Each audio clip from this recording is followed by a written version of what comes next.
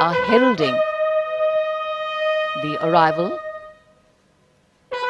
of Prime Minister Narendra Modi's carcade as it takes this gentle curve around the moat of the Red Fort. बिगुल का उद्घोष हुआ जो संकेत है भारत के प्रधानमंत्री के आगमन का। लाल किले की ऊंची दीवारें, भव्य पृष्ठभूमि, प्रधानमंत्री की कारों का काफिला लाहौरी गेट की ओर बढ़ता हुआ। लोकतंत्र का ये रंग देखने के लिए भारत ने लंबा संघर्ष किया और आजादी पाई। आज उसी आजादी के अमृत महोत्सव पर आगमन हो रहा है प्रधानमंत्री श्री नरेंद्र मोदी का। लाल किले की प्राचीर के सामने प्रधानमंत्री का आगमन।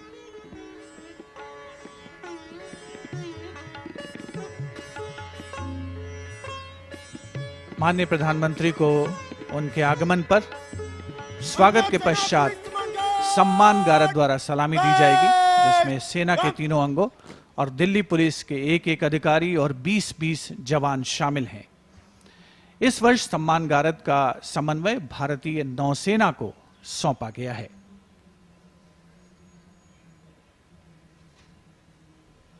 माननीय प्रधानमंत्री श्री नरेंद्र मोदी का आगमन ऐतिहासिक लाल किले पर स्वाधीनता दिवस का 75वां समारोह। माननीय प्रधानमंत्री महोदय का स्वागत रक्षा मंत्री श्री राजनाथ सिंह द्वारा, साथ में रक्षा राज्य मंत्री श्री अजय भट्ट, रक्षा सचिव डॉक्टर अजय कुमार, रक्षा सचिव द्वारा माननीय प्रधानमंत्री महोदय का परिचय दिल्ली क्षेत्र के GOC lieutenant general Vijay Kumar Mishra से करवाया गया। और अब माननीय प्रधानमंत्री सलामी मंच की ओर अग्रसर। अंतर सेना पुलिस सम्मान गार्ड, जनरल सलाम, सलामी चेक।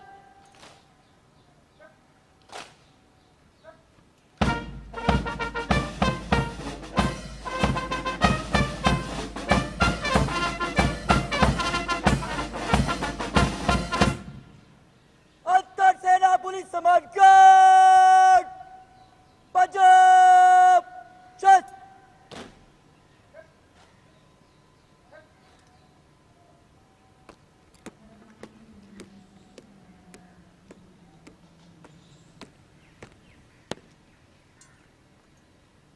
अंतर सेना पुलिस सम्मान गार्ड आपके निरीक्षण के लिए तैयार है श्रीमान। Commander Piyush Gore, who is commanding this Guard of Honor, requests the Prime Minister to please come and inspect the Guard of Honor.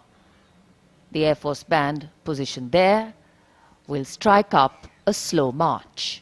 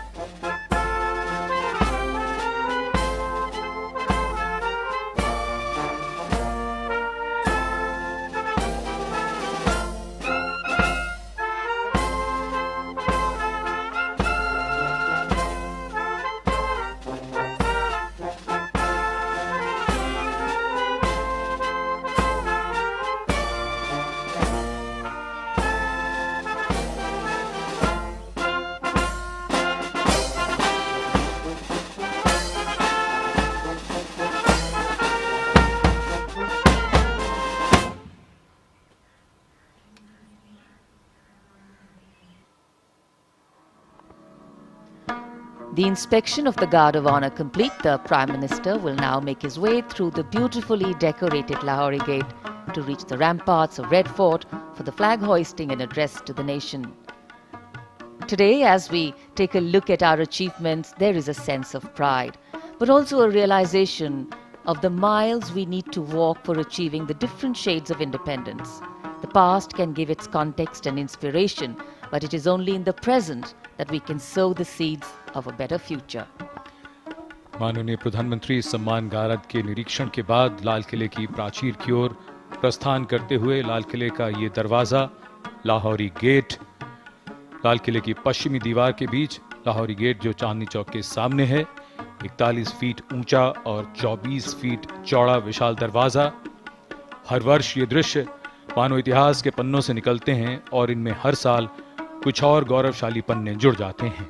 आज का समारोह इतिहास में दर्ज होता हुआ।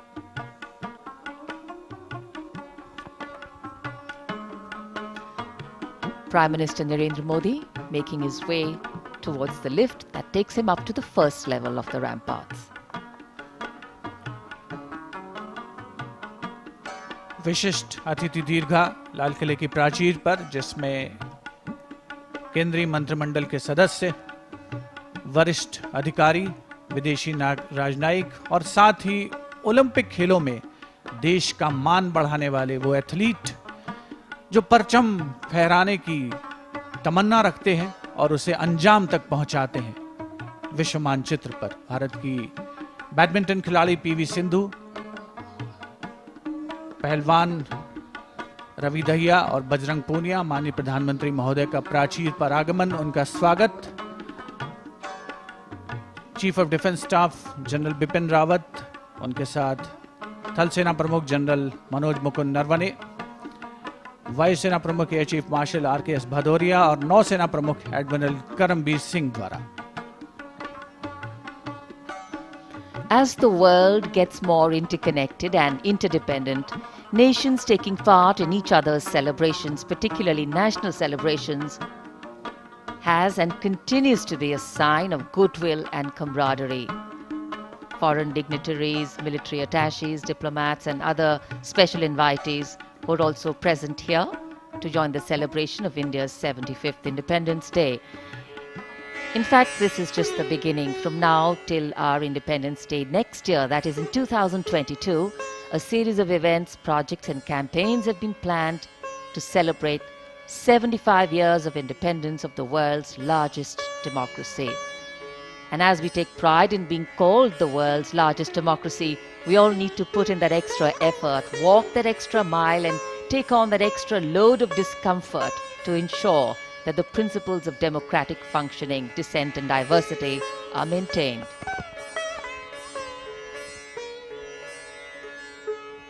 स्वाधीनता दिवस के इस महाआयोजन में रक्षा मंत्रालय की प्रमुख भूमिका रहती है, जिसका संपूर्ण संयोजन का दायित्व संभाला है रक्षा सचिव डॉक्टर अजय कुमार ने।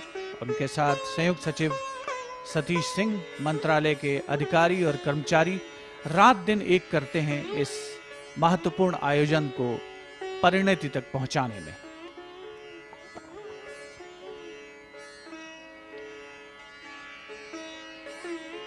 This grand red sandstone fortress, beautiful visuals you're seeing of Red Fort, without doubt the centerpiece of our Independence Day celebrations. लाल किले की प्राचीर के सामने जहां करीब 240 ओलंपियंस हैं, उनका सपोर्ट स्टाफ है, स्पोर्ट्स अथॉरिटी ऑफ इंडिया और स्पोर्ट्स फेडरेशन के अधिकारी हैं।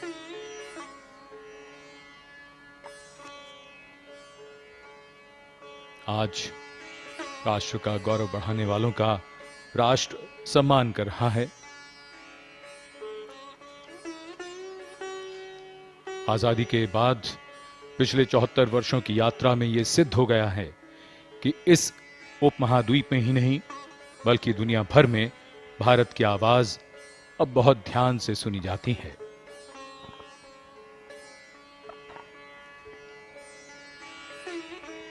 The country today is celebrating and participating in one more celebration of a day that holds in its memory and legacy the power and responsibility that come with freedom, the life force of democracy.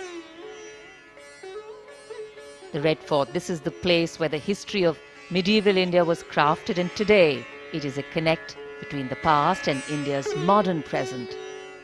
This rare living symbol telling its own story. This is where India's dreams merged during the First War of Independence in 1857, and 90 years later, on the 15th of August 1947, thousands gathered to watch Pandit Jawaharlal Nehru hoist the tricolour, marking the end of British rule. And today, it is from here that Prime Minister Narendra Modi will address the nation on its 75th Independence Day. ये वो Olympians हैं जो लाल किले की प्राचीर पर मौजूद हैं। मीराबाई चानू, जिन्होंने रजत पदक जीता भारोत्तोलन में, और भारत की दूसरी ऐसी महिला एथलीट जिन्होंने भारोत्तोलन में पदक दिलाया ओलंपिक खेलों में। वर्ष 2000 के सिडनी ओलंपिक खेलों में कर्णम मलेश्वरी ने कांस्य पदक जीता था। और लाल किले की प्राचीर के ठीक सामने 240 ओलंपियंस, खेल संघों से जुड़े पदाधिकारी, अधिकारी, प्रशिक्षक, उनके ठीक पीछे 550 एनसीसी कैडेट्स जो कि भविष्य की तस्वीर हैं, और विशिष्ट अतिथि दीर्घा लाल किले की प्राचीर पर, जिसमें केंद्रीय मंत्रिमंडल के सदस्य, वरिष्ठ अधिकारीगण, विदेशी राजनयिक सभी भारत के इस स्वाधीनता दिवस समारोह के साक्षी बन रहे हैं। A very special moment for us. आज जब हम आजादी का अमृत महोत्सव मना रहे हैं, इस अवसर को अविस्मरणीय बनाने के लिए प्रधानमंत्री श्री नरेंद्र मोदी ने मन की बात में ये इच्छा व्यक्त की थी कि सभी भारतवासी राष्ट्रगान गाएं, उसे रिकॉर्ड करें और फिर उसे राष्ट्रगान.in पर अपलोड करें। लाखों करोड़ों भारतवासियों के गाए राष्ट्रगान को प्रधानमंत्री द्वारा ध्वजारोहण के साथ प्रसारित किया जाएगा। Also, the unfurling after the hoisting of the tricolour will synchronize with the 21-gun salute, as this whole place will reverberate with the booming guns. It will be fired by the valiant gunners of the elite 2233 Field Battery Ceremonial. The ceremonial battery is commanded by Lieutenant Colonel Jitendra Singh Mehta. The Prime Minister is now going to hoist the flag and address the nation. अंतर सेना police सम्मान guard, राष्ट्रीय सलाम, सलामत, सच।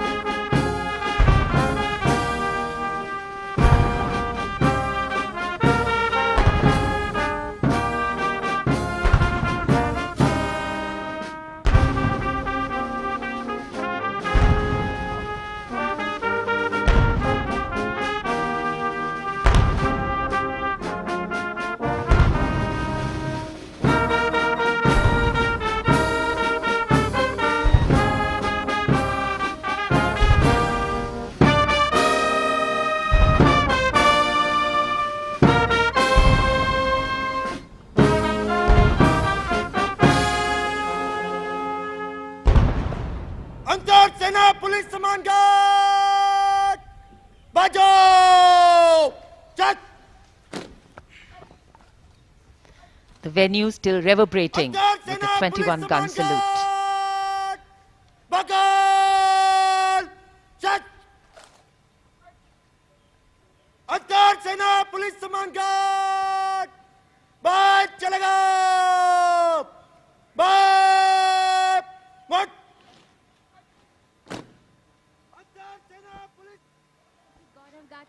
Prime Minister greeting people on either side of the dais, the VIP enclosures.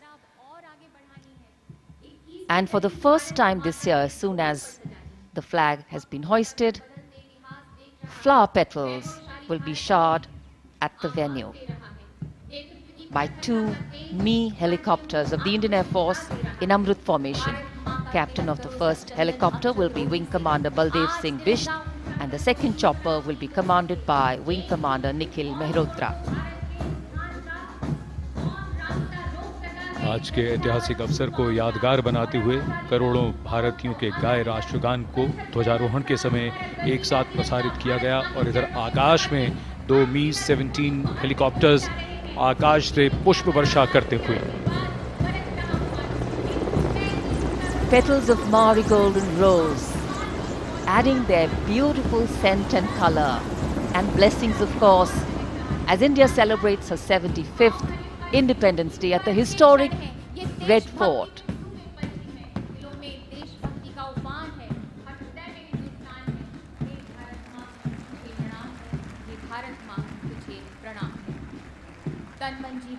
स्वाधीनता दिवस समारोह के इतिहास में पहली बार आकाश से पुष्प वर्षा। भारत की अखंड एकता के नायक ही नहीं, विश्व एकता के नायक भी हैं, कोटि कोटि जनों के जननायक भी हैं। हमारा आपसे विनम्र निवेदन है माननीय प्रधानमंत्री जी कि कृपया राष्ट्र को संबोधित करें। मेरे प्यारे देशवासियों,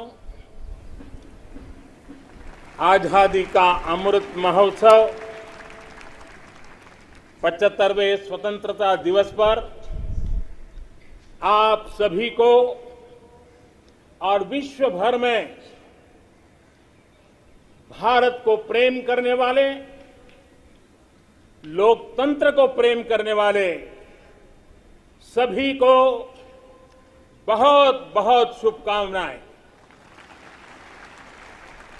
आज आजादी के अमृत महोत्सव के इस पावन पर्व पर देश अपने सभी स्वतंत्र सेनानियों को राष्ट्र रक्षा में अपने आप को दिन रात खपाने वाले, आहूत करने वाले वीर वीरांगनाओं को आज देश नमन कर रहा है।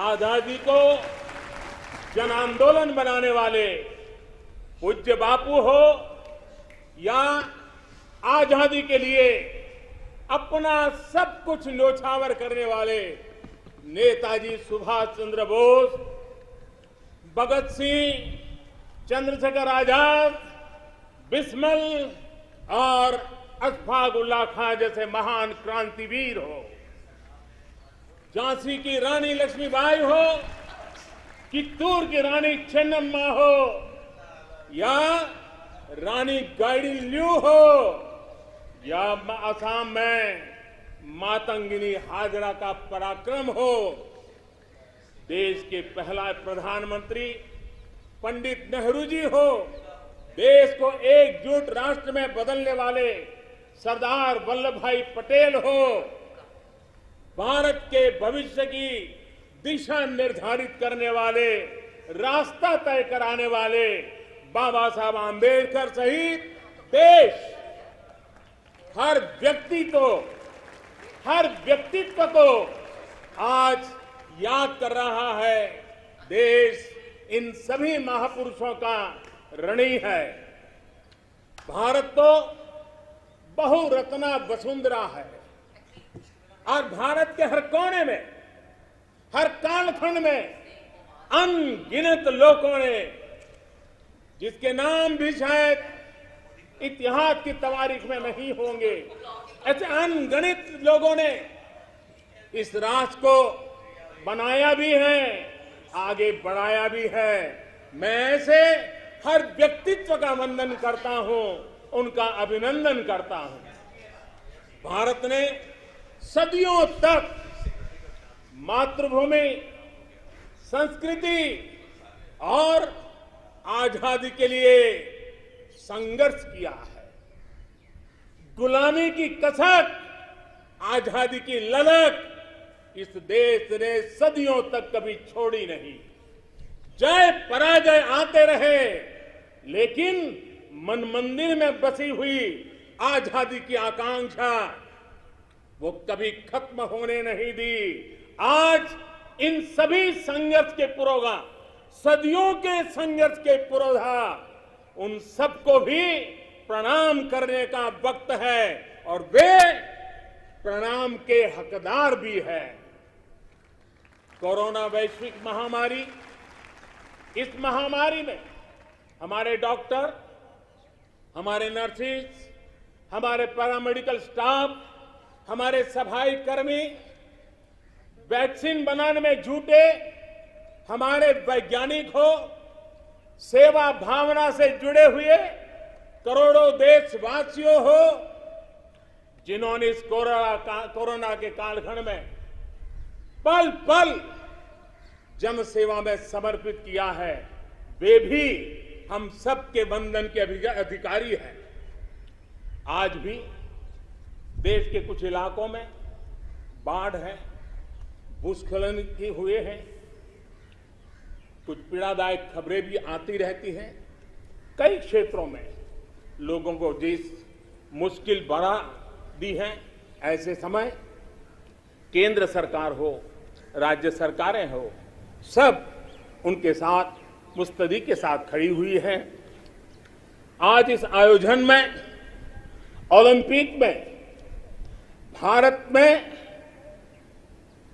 भारत के युवा पीढ़ी जिसने भारत का नाम रोशन किया है, ऐसे हमारे एथलीट्स, हमारे खिलाड़ी आज हमारे बीच में हैं। कुछ यहां हैं, कुछ सामने बैठे हैं। मैं आज देशवासियों को, यहां मौजूद है उनको भी, और हिंदुस्तान के कोने कोने में जो इस समारोह में मौजूद है, उन सबको मैं कहता हूं कि हमारे खिलाड़ियों के सम्मान में आइए कुछ पल तालियां बजा करके उनका सम्मान करें।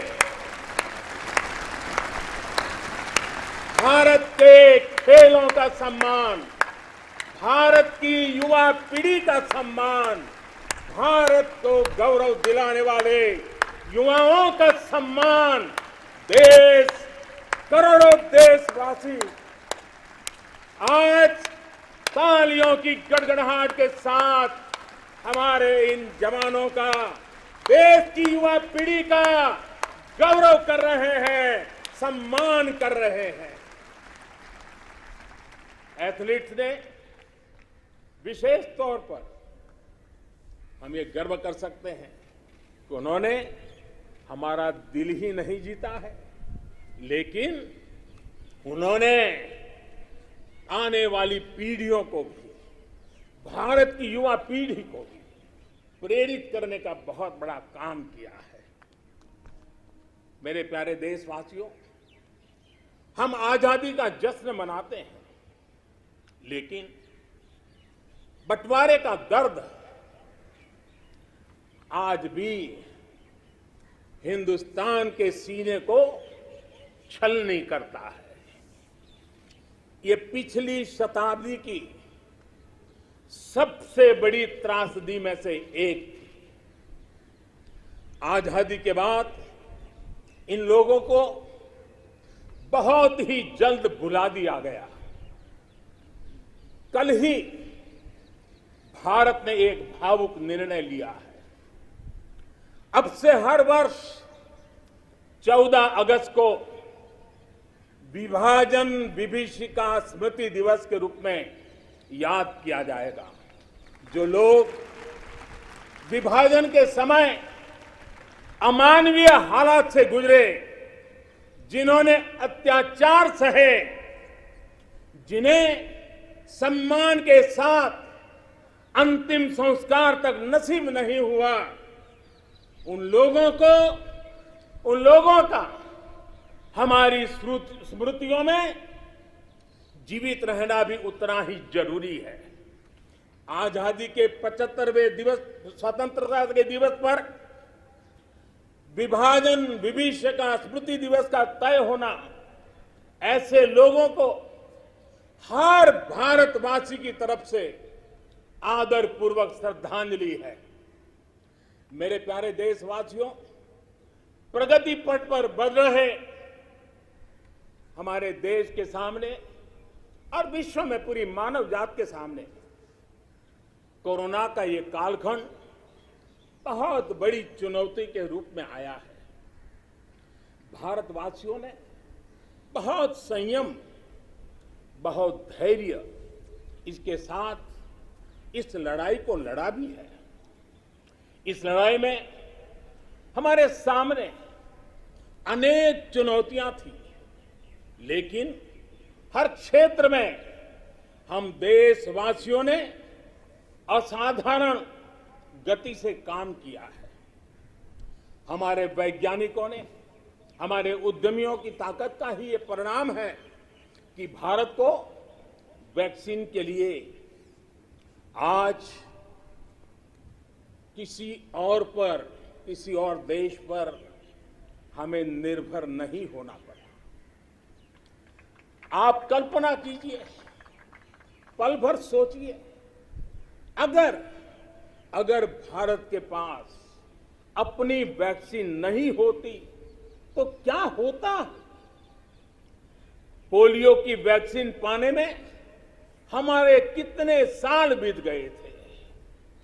इतने बड़े संकट में जब पूरी दुनिया में महामारी हो तब हमें वैक्सीन कैसे मिलता।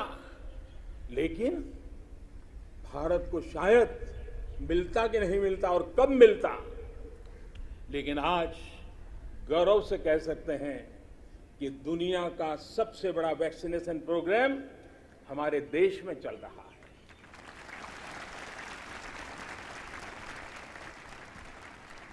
54 करोड़ से लोग, 54 करोड़ से ज्यादा लोग वैक्सीन डोज लगा चुके हैं। कोविन जैसी ऑनलाइन व्यवस्था, डिजिटल सर्टिफिकेट देने की व्यवस्था आज दुनिया को आकर्षित कर रही है।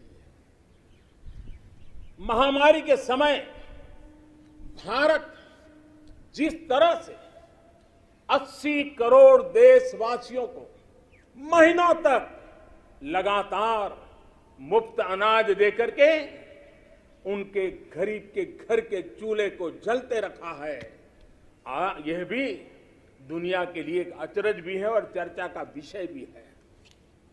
ये बात सही है कि अन्य देशों की तुलना में भारत में कम लोग संक्रमित हुए। ये भी सही है कि दुनिया के देशों की जनसंख्या की तुलना में भारत में हम अधिकतम मात्रा में हमारे नागरिकों को बचा सके।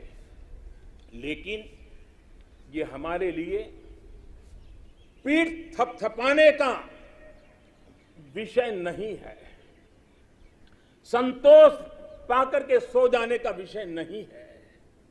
ये कहना कि कोई चुनौती नहीं थी, ये हमारे अपने विकास के आगे के रास्तों को बंद करने वाली सोच बन जाएगी।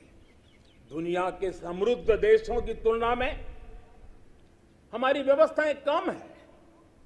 विश्व के पास, समृद्ध देशों के पास जो है वो हमारे पास नहीं है।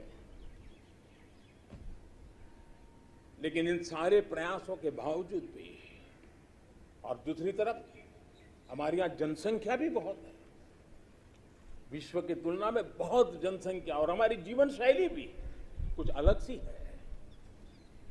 सारे प्रयासों के बाद भी कितने ही लोगों को हम बचा नहीं पाए। कितने ही बच्चों के सिर पर कोई हाथ फेरने वाला चला गया, उसे दुलारने, उसकी जिद पूरी करने वाला चला गया। ये असहनीय पीड़ा, ये तकलीफ हमेशा से साथ रहने वाली है। मेरे प्यारे देशवासियों, हर देश की विकास यात्रा में एक समय ऐसा आता है जब देश खुद को नए सिरे से परिभाषित करता है, खुद को नए संकल्पों के साथ आगे बढ़ाता है। भारत की विकास यात्रा में भी आज वो समय आ गया है। 75 वर्ष के अवसर को हमें एक समारोह भर ही सीमित नहीं करना है। हमने नए संकल्पों को आधार बनाना है, नए संकल्पों को लेकर के चल पड़ना है। यहां से शुरू होकर अगले 25 वर्ष की यात्रा, जब हम आजादी के शताब्दी मनाएंगे, नए भारत के सृजन का यह अमृत काल है। इस अमृत काल में हमारे संकल्पों की सिद्धि हमें आजादी के 100 वर्ष तक ले जाएगी, गौरवपूर्ण रूप से ले जाएगी। अमृत काल का लक्ष्य है भारत और भारत के नागरिकों के लिए समृद्धि के नए शिखरों का आरोहण। अमृत काल का लक्ष्य है एक ऐसे भारत का निर्माण जहां सुविधाओं का स्तर गांव और शहर को बांटने वाला न हो। अमृत काल का लक्ष्य है एक ऐसे भारत का निर्माण जहां नागरिकों के जीवन में सरकार बेवजह दखल ना दे। अमृत काल का लक्ष्य है एक ऐसे भारत का निर्माण जहां दुनिया का हर आधुनिक इंफ्रास्ट्रक्चर हो, हम किसी से भी कम न हो। यही कोटि कोटि देशवासियों का संकल्प है। लेकिन संकल्प तब तक अधूरा होता है जब तक संकल्प के साथ परिश्रम और पराकाष्ठा की, परिश्रम और पराक्रम की पराकाष्ठा ना हो। इसलिए हमें हमारे सभी संकल्पों को परिश्रम और पराक्रम की पराकाष्ठा करके सिद्ध करके ही रहना है। और ये सपने, ये संकल्प अपनी सीमाओं के पार सुरक्षित और समृद्ध विश्व के लिए भी प्रभावी योगदान के लिए है। अमृतकाल 25 वर्ष का है, लेकिन हमें अपने लक्ष्यों की प्राप्ति के लिए इतना लंबा इंतजार भी नहीं करना है। हम अभी से जुड़ जाना है। हमारे पास गंवाने के लिए एक पल भी नहीं है। यही समय है, सही समय है। हमारे देश को भी बदलना होगा और हमें एक नागरिक के नाते अपने आप को भी बदलना ही होगा। बदलते हुए युग के अनुकूल हमें भी अपने आप को ढालना होगा। सबका साथ, सबका विकास, सबका विश्वास, इसी श्रद्धा के साथ हम सब जुट चुके हैं। लेकिन आज लाल किले की प्राचीर से आह्वान कर रहा हूं, सबका साथ, सबका विकास, सबका विश्वास और अब सबका प्रयास हमारे हर लक्ष्यों की प्राप्ति के लिए बहुत महत्वपूर्ण है। बीते 7 वर्षों में शुरू हुई अनेक योजनाओं का लाभ करोड़ों गरीबों को उनके घर तक पहुंचा है। उज्ज्वला से लेकर आयुष्मान भारत की ये ताकत आज देश का हर गरीब जानता है। आज सरकारी योजनाओं की गति बढ़ी है, वो निर्धारित लक्ष्यों को प्राप्त कर रही है। पहले की तुलना में हम बहुत तेजी से बहुत आगे बढ़े, लेकिन सिर्फ बात यहां पूरी नहीं होती है।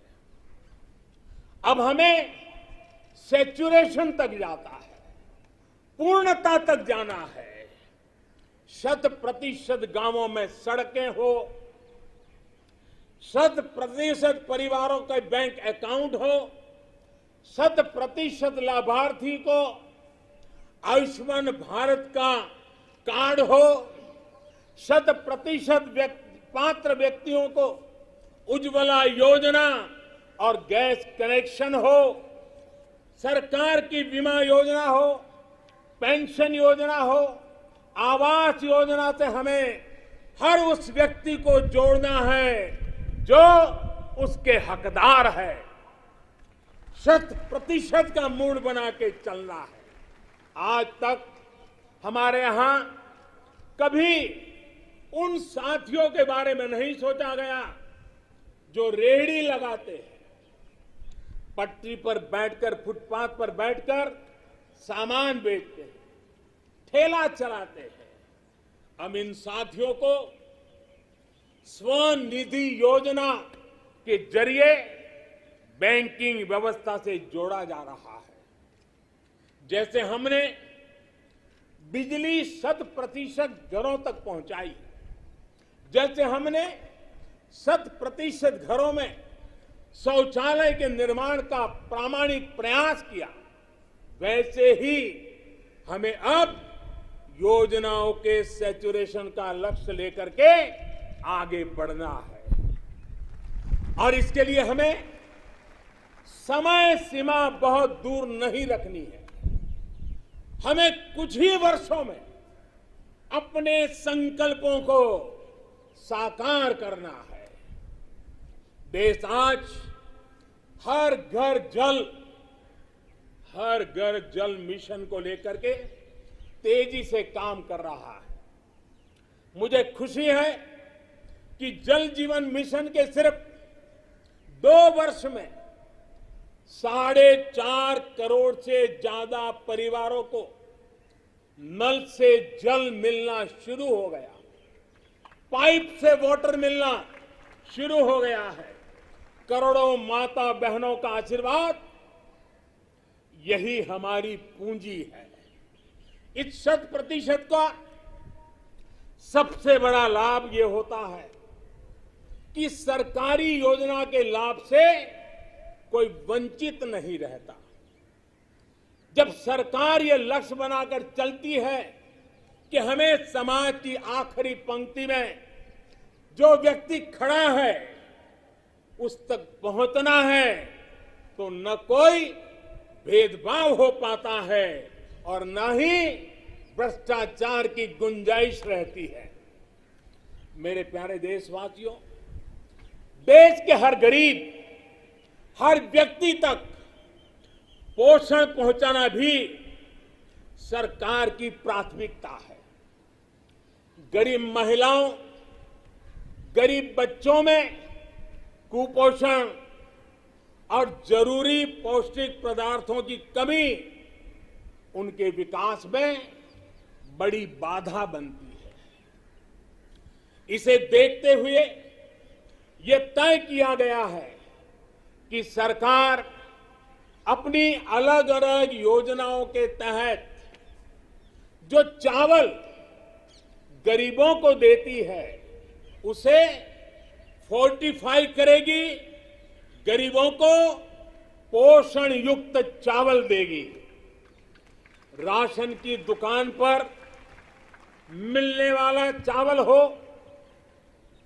मिड डे मील में बालकों को मिलने वाला चावल हो, वर्ष 2024 तक हर योजना के माध्यम से मिलने वाला चावल फोर्टिफाई कर दिया जाएगा। मेरे प्यारे देशवासियों, आज देश में हर गरीब तक बेहतर स्वास्थ्य सुविधा पहुंचाने का अभियान भी तेज गति से चल रहा है। इसके लिए मेडिकल शिक्षा में जरूरी बड़े बड़े सुधार भी किए गए हैं। प्रिवेंटिव हेल्थ केयर पर भी उतना ही ध्यान दिया गया है। साथ साथ देश में मेडिकल सीटों में भी काफी बढ़ोतरी की गई है। आयुष्मान भारत योजना के तहत देश के गांव-गांव तक क्वालिटी स्वास्थ्य सेवाएं पहुंचाई जा रही है। जन औषधि योजना के माध्यम से गरीब को, मध्यम वर्ग को सस्ती दवाइयां उपलब्ध कराई जा रही है। अभी तक 75,000 से ज्यादा हेल्थ एंड वेलनेस सेंटर्स बनाए जा चुके हैं। अब ब्लॉक स्तर पर अच्छे अस्पतालों और आधुनिक लैब के नेटवर्क पर विशेष रूप से काम किया जा रहा है। बहुत जल्द देश के हजारों अस्पतालों के पास अपने ऑक्सीजन प्लांट भी होंगे। मेरे प्यारे देशवासियों, 21वीं सदी में भारत को नई ऊंचाई पर पहुंचाने के लिए भारत के सामर्थ्य का सही इस्तेमाल, पूरा इस्तेमाल, ये समय की मांग है, बहुत जरूरी है। इसके लिए जो वर्ग पीछे है, जो क्षेत्र पीछे है, उनकी हैंड होल्डिंग करनी ही होगी। मूलभूत जरूरतों की चिंता के साथ ही दलितों, पिछड़ों, आदिवासियों, सामान्य वर्ग के गरीबों के लिए आरक्षण सुनिश्चित किया जा रहा है। अभी हाल ही में मेडिकल शिक्षा के क्षेत्र में ऑल इंडिया कोटे में ओबीसी वर्ग में को आरक्षण की व्यवस्था भी की गई है। संसद में कानून बनाकर ओबीसी से जुड़ी सूची बनाने का अधिकार राज्यों को दे दिया गया है। मेरे प्यारे देशवासियों, जैसे हम ये सुनिश्चित कर रहे हैं कि समाज की विकास यात्रा में कोई व्यक्ति ना छूटे, कोई वर्ग ना छूटे, वैसे ही देश का कोई भूभाग, देश का कोई कोना भी पीछे नहीं छूटना चाहिए। विकास सर्वांगी होना चाहिए, विकास सर्वस्पर्शी होना चाहिए, विकास सर्वसमावेशक होना चाहिए। देश के ऐसे क्षेत्रों को आगे लाने के लिए पिछले 7 वर्षों में जो प्रयास किए गए हैं, अब उसे और तेजी देने की दिशा में हम आगे बढ़ रहे हैं। हमारा पूर्वी भारत, नॉर्थ ईस्ट, जम्मू कश्मीर, लद्दाख सहित पूरा हिमालय का क्षेत्र हो, हमारी कोस्टल बेल्ट या फिर आदिवासी अंचल हो, ये भविष्य में भारत के विकास का, भारत की विकास यात्रा का बहुत बड़ा आधार बनने वाले हैं। आज नॉर्थ ईस्ट में कनेक्टिविटी का नया इतिहास लिखा जा रहा है।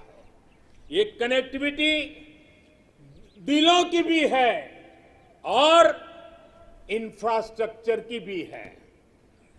बहुत जल्द नॉर्थ ईस्ट के सभी राज्यों की राजधानियों को रेल सेवा से जोड़ने का काम पूरा होने वाला है। एक्ट ईस्ट पॉलिसी के तहत आज नॉर्थ ईस्ट बांग्लादेश, म्यांमार और दक्षिण पूर्वी एशिया से भी कनेक्ट हो रहा है। बीते वर्षों में जो प्रयास हुए हैं, उसकी वजह से हम नॉर्थ ईस्ट में स्थायी शांति के लिए, श्रेष्ठ भारत के निर्माण के लिए उत्साह अनेक गुना बढ़ा हुआ है। नॉर्थ ईस्ट से वहां पर tourism, adventure sports, organic farming, herbal medicine, oil palm, इसका पोटेंशियल बहुत बड़ी मात्रा में है। हमें पूरी तरह इस पोटेंशियल को निखारना होगा, देश की विकास यात्रा का हिस्सा बनाना होगा और हमें ये काम अमृत काल के कुछ दशक में ही पूरा करना है। सभी के सामर्थ्य को उचित अवसर देना, यही लोकतंत्र की असली भावना है। जम्मू हो या कश्मीर, विकास का संतुलन अब जमीन पर दिख रहा है। जम्मू कश्मीर में ही डिलिमिटेशन कमीशन का गठन हो चुका है और भविष्य में विधानसभा चुनावों के लिए भी तैयारियां चल रही है। लद्दाख भी विकास की अपनी असीम संभावनाओं की तरफ आगे बढ़ चला है। एक तरफ लद्दाख आधुनिक इंफ्रास्ट्रक्चर का निर्माण होते देख रहा है, तो वहीं दूसरी तरफ सिंधु सेंट्रल यूनिवर्सिटी लद्दाख को उच्च शिक्षा का, हायर एजुकेशन का केंद्र भी बना रही है। 21वीं सदी के इस दशक में भारत ब्लू इकोनॉमी के अपने प्रयासों को और तेजी देगा। हमें एक्वा कल्चर के साथ साथ सीवीड की खेती में बन रहे जो नई संभावना बन रही है, उन संभावनाओं का भी पूरा लाभ उठाना है। डीप ओशन मिशन समंदर की असीम संभावनाओं को तलाशने की हमारी महत्वाकांक्षा का प्रमाण है। जो खनिज संपदा समंदर के में छिपी हुई है, जो थर्मल एनर्जी समंदर के पानी में है, और वो देश के विकास को नई बुलंदी दे सकती है। देश के जिन जिलों के लिए ये माना गया था कि ये पीछे रह गए, हमने उनकी आकांक्षाओं को भी जगाया है। देश में 110 से अधिक आकांक्षी जिले, एस्पिरेशनल डिस्ट्रिक्ट जिलों में शिक्षा, स्वास्थ्य, पोषण, सड़क, रोजगार से जुड़ी योजनाओं को प्राथमिकता दी जा रही है। इनमें से अनेक जिले हमारे आदिवासी अंचल में हैं। हमने इन जिलों के बीच विकास की एक तंदुरुस्त स्पर्धा का एक उत्साह पैदा किया है। ये आकांक्षी जिले भारत के अन्य जिलों की बराबरी तक पहुंचे, उस दिशा में तेज स्पर्धा चल रही है। मेरे प्यारे देशवासियों, अर्थ जगत में पूंजीवाद और समाजवाद, इसकी चर्चा तो बहुत होती है, लेकिन भारत सहकारवाद पर भी बल देता है। सहकारवाद हमारी परंपरा, हमारी संस्कारों के भी अनुकूल है। सहकारवाद जिसमें जनता जनार्दन की सामूहिक शक्ति का अर्थव्यवस्था की चालक शक्ति के रूप में ड्राइविंग फोर्स बने, ये देश के ग्रासरूट लेवल की इकोनॉमी के लिए एक अहम क्षेत्र है। कोऑपरेटिव ये सिर्फ कानून नियमों की जंजाल वाली एक व्यवस्था नहीं है, बल्कि कोऑपरेटिव एक स्पिरिट है, कोऑपरेटिव एक संस्कार है, एक कोऑपरेटिव एक सामूहिक चलने की मन प्रवृत्ति है। उनका सशक्तिकरण हो, इसके लिए हमने अलग मंत्रालय बनाए कर इस दिशा में कदम उठाया है। और राज्यों के अंदर जो सहकारी क्षेत्र है, उसको जितना ज्यादा बल दे सके, वो बल देने के लिए हमने ये कदम उठाया है। मेरे प्यारे देशवासियों, इस दशक में हमने गांवों में नई अर्थव्यवस्था के निर्माण के लिए पूरी शक्ति लगानी होगी। आज हम अपने गांवों को तेजी से परिवर्तित होते देख रहे हैं। बीते कुछ वर्षों में गांवों तक सड़क और बिजली की सुविधाओं को पहुंचाने के रहे थे, वो पूरा कालखंड हमारा रहा। लेकिन अब गांवों को ऑप्टिकल फाइबर नेटवर्क, डेटा की ताकत पहुंच रही है, इंटरनेट पहुंच रहा है। गांव में भी डिजिटल एंटरप्रेन्योर तैयार हो रहे हैं। गांव में जो हमारी सेल्फ हेल्प ग्रुप से जुड़ी 8 करोड़ से अधिक बहनें हैं, वो एक से बढ़कर एक प्रोडक्ट्स बनाती है। इनके प्रोडक्ट्स को देश में और विदेश में बड़ा बाजार मिले, इसके लिए अब सरकार ई कॉमर्स प्लेटफॉर्म भी तैयार करेगी। आज जब देश वोकल फॉर लोकल के मंत्र के साथ आगे बढ़ रहा है, तो ये डिजिटल प्लेटफॉर्म महिला सेल्फ हेल्प ग्रुप के उत्पादों को देश के दूर दराज क्षेत्रों में भी और विदेशों में भी लोगों से जोड़ेगा और उनका फलक बहुत विस्तृत होगा। कोरोना के दौरान देश ने टेक्नोलॉजी की ताकत और हमारे वैज्ञानिकों का सामर्थ्य और उनकी प्रतिबद्धता को देखा है।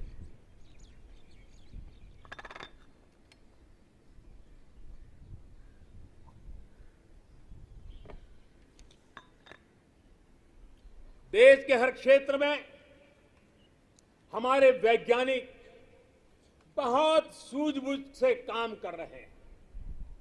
अब समय आ गया है कि हम अपने कृषि क्षेत्र में भी वैज्ञानिकों की क्षमताओं और उनके सुझावों को भी हमारे एग्रीकल्चर सेक्टर में जोड़ें। अब हम ज्यादा इंतजार नहीं कर सकते हैं और हमें इसका पूरा लाभ भी उठाना है। ये देश को खाद्य सुरक्षा देने के साथ फल, सब्जियां और अनाज का उत्पादन बढ़ाने में बहुत बड़ी मदद मिलेगी और हम विश्व तक पहुंचने के लिए अपने आप को मजबूती से आगे बढ़ाएंगे।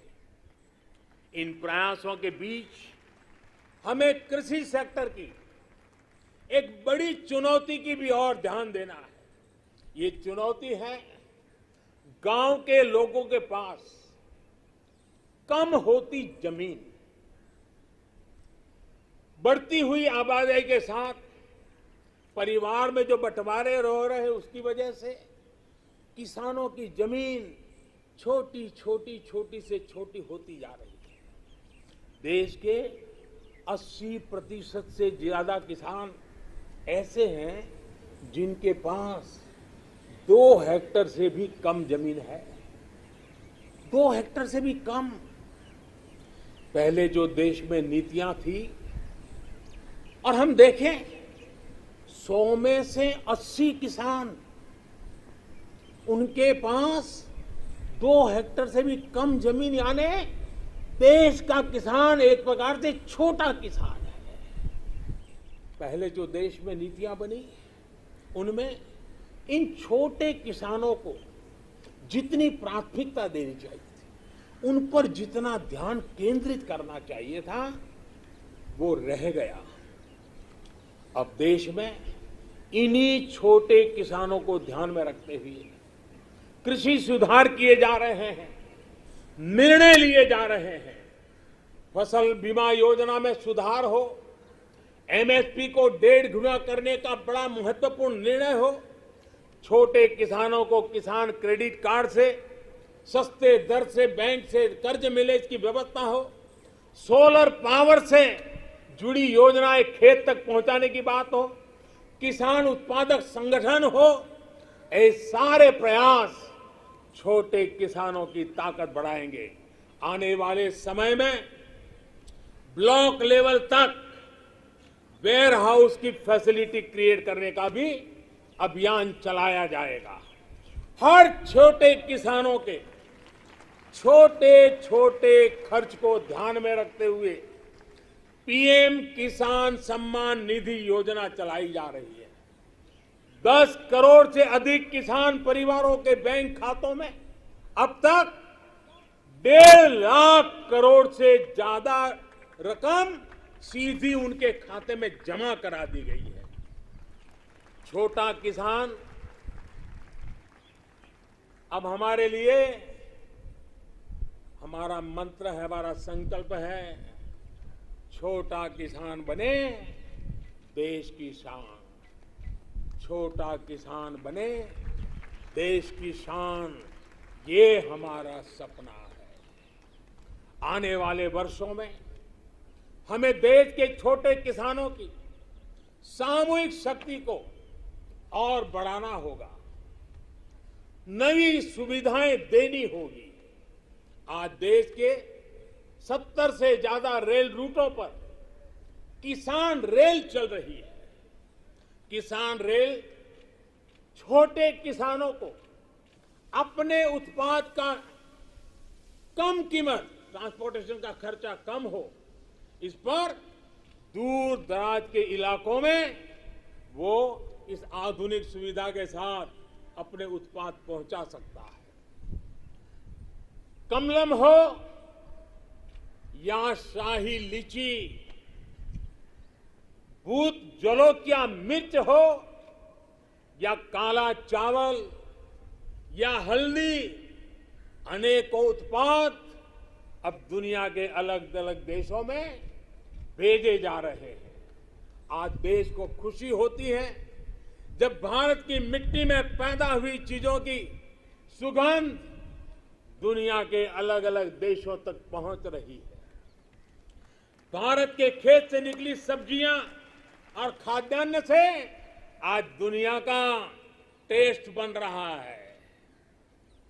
मेरे प्यारे देशवासियों, कैसे आज गांवों के सामर्थ्य को बढ़ाया जा रहा है, उसका एक उदाहरण है स्वामित्व योजना।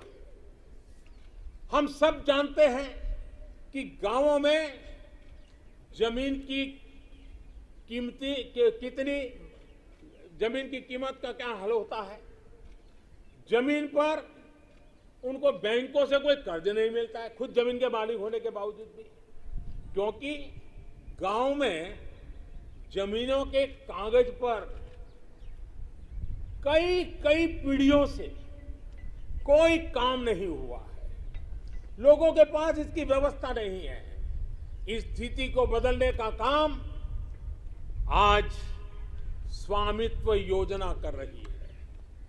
आज गांव-गांव हर एक घर की, हर जमीन की ड्रोन के जरिए मैपिंग हो रही है। गांव की जमीनों के डेटा और संपत्ति के कागज ऑनलाइन अपलोड हो रहे हैं। इससे न सिर्फ गांवों में जमीन से जुड़े विवाद समाप्त हो रहे हैं, बल्कि गांव के लोगों को बैंक से आसानी से लोन भी मिलने की व्यवस्था निर्माण हुई है। गांव गरीब की जमीनें विवाद का नहीं, विकास का आधार बने। देश आज उस दिशा में बढ़ रहा है। मेरे प्यारे देशवासियों, स्वामी विवेकानंद जी जब भारत के भविष्य की बात करते थे, अपनी आंखों के सामने मां भारती की भव्यता का जब वो दर्शन करते थे, तब वो कहते थे, जहां तक हो सके अतीत की ओर देखो, जहां तक हो सके अतीत की ओर देखो। पीछे जो चीर नूतन झरना बह रहा है, पीछे जो चीर नूतन झरना बह रहा है, आकंठ उसका जल पियो और उसके बाद देखिए स्वामी विवेकानंद जी की विशेषता। उसके बाद सामने की ओर देखो, आगे बढ़ो और भारत को पहले से भी कहीं ज्यादा उज्जवल, महान, श्रेष्ठ बनाओ। आजादी के 75वें वर्ष में हमारा दायित्व है कि अब हम देश के असीम सामर्थ्य पर विश्वास करते हुए आगे बढ़े। हमें मिलकर काम करना होगा नेक्स्ट जनरेशन इंफ्रास्ट्रक्चर के लिए। हमें मिलकर काम करना होगा वर्ल्ड क्लास मैन्युफैक्चरिंग के लिए। हमें मिलकर काम करना होगा कटिंग एज इनोवेशंस के लिए। हमें मिलकर काम करना होगा न्यू एज टेक्नोलॉजी के लिए। मेरे प्यारे देशवासियों, आधुनिक विश्व में प्रगति की बुनियाद आधुनिक इंफ्रास्ट्रक्चर पर खड़ी होती है। ये मध्यम वर्ग की आवश्यकताओं, आकांक्षाओं की भी पूर्ति करते हैं। कमजोर इंफ्रास्ट्रक्चर का बहुत बड़ा नुकसान विकास की गति को भी होता है, शहरी मध्यम वर्ग को भी होता है। मेरे प्यारे देशवासियों, इसी बात को समझते हुए जल, थल, नभ हर क्षेत्र में देश ने असाधारण स्पीड और स्केल पर काम करके दिखाया है। नए जलमार्ग, वाटरवेज हो, नए नए स्थानों को सी प्लेन से जोड़ना हो, देश में बहुत तेजी से काम चल रहा है। भारतीय रेलवे भी तेजी से आधुनिक अवतार में ढल रही है। देश ने संकल्प लिया है कि आजादी के अमृत महोत्सव आपको मालूम होगा, हमने इस आजादी के अमृत महोत्सव को 75 सप्ताह तक मनाना तय किया है। 12 मार्च से शुरू हुआ है और 2023 15 अगस्त तक इसको चलाना है। उत्साह भर से आगे बढ़ना है और इसलिए देश ने एक बहुत महत्वपूर्ण फैसला लिया है। आजादी के अमृत महोत्सव के 75 सप्ताह में, इन 75 सप्ताह में 75 वंदे भारत ट्रेनें देश के हर कोने को आपस से जोड़ करके रही होगी। आज जिस गति से देश में नए एयरपोर्ट का निर्माण हो रहा है, उड़ान योजना दूर दराज के इलाकों को जोड़ रही है, यह अभूतपूर्व है। आज हम देख रहे हैं कि कैसे बेहतर एयर कनेक्टिविटी लोगों के सपनों को नई उड़ान देती है। मेरे प्यारे देशवासियों, भारत को आधुनिक इंफ्रास्ट्रक्चर के साथ ही इंफ्रास्ट्रक्चर निर्माण में होलिस्टिक अप्रोच, इंटीग्रेटेड अप्रोच अपनाने की बहुत जरूरत है। भारत आने वाले कुछ ही समय में प्रधानमंत्री गति शक्ति का नेशनल मास्टर प्लान, उसको देश के सामने करोड़ों देशवासियों को सपना करने वाली एक बहुत बड़ी योजना लेकर के हम आपके सामने आने वाले हैं, उसको लॉन्च करने वाले हैं। 100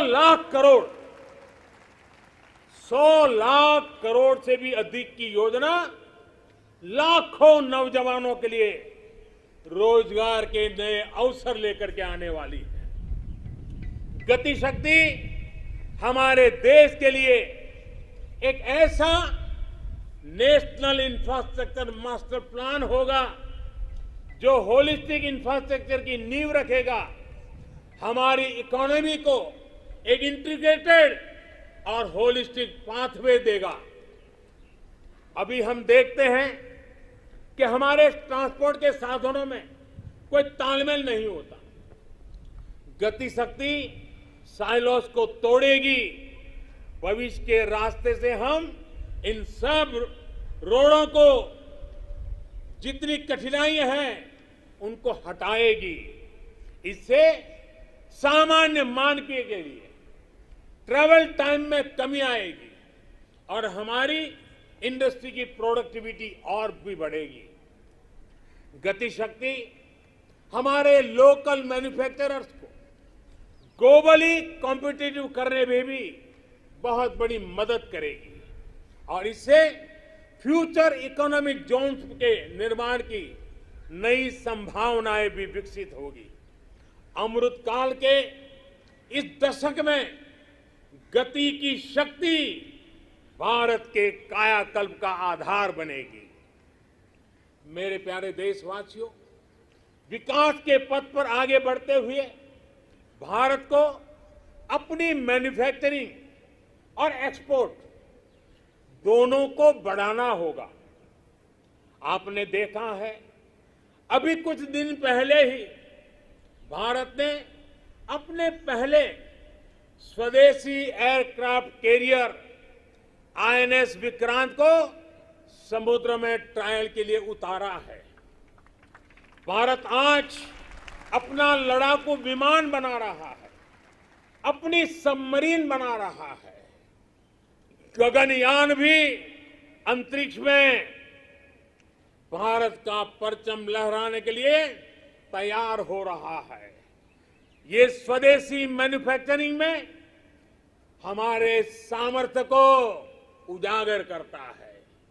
कोरोना के बाद उभरी नई आर्थिक परिस्थितियों में मेक इन इंडिया को स्थापित करने के लिए देश ने प्रोडक्शन लिंक इंसेंटिव्स को भी घोषणा की है। इस स्कीम से जो बदलाव आ रहा है, उसका उदाहरण इलेक्ट्रॉनिक मैन्युफैक्चरिंग सेक्टर से है। 7 साल पहले हम लगभग $8 बिलियन के मोबाइल फोन इंपोर्ट यानी आयात करते थे। अब इंपोर्ट तो बहुत ज्यादा घटी है। आज हम $3 बिलियन के मोबाइल फोन एक्सपोर्ट भी कर रहे हैं।